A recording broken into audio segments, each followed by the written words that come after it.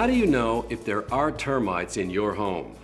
To answer this important question, let's first look at how drywood termites can get into your home.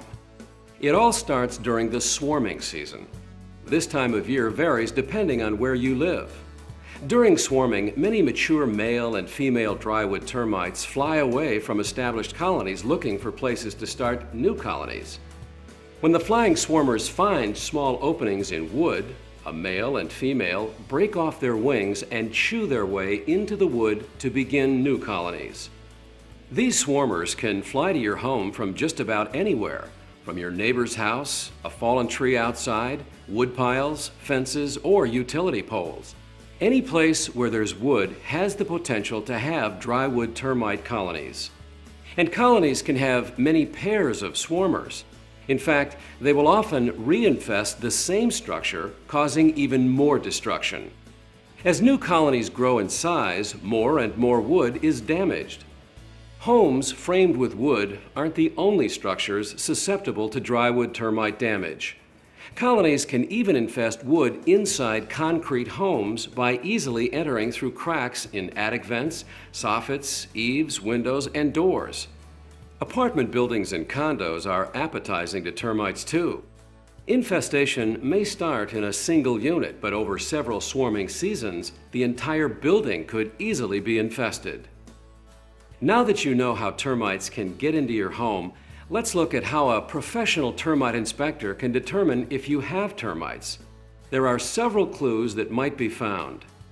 Discarded wings of the swarmers may be found on windowsills, in and around light fixtures, in the attic or similar places where swarmers are exiting the colony.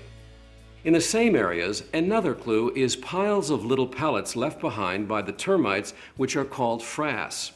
Also, damaged wood that is severely blistered or sounds hollow when tapped is another sign that you may have a drywood termite infestation. But even if no clues are found, you may still have drywood termites. Colonies are often deep inside a home, invisible to its owner. If you suspect you may have drywood termites, your home should be inspected by a professional termite inspector.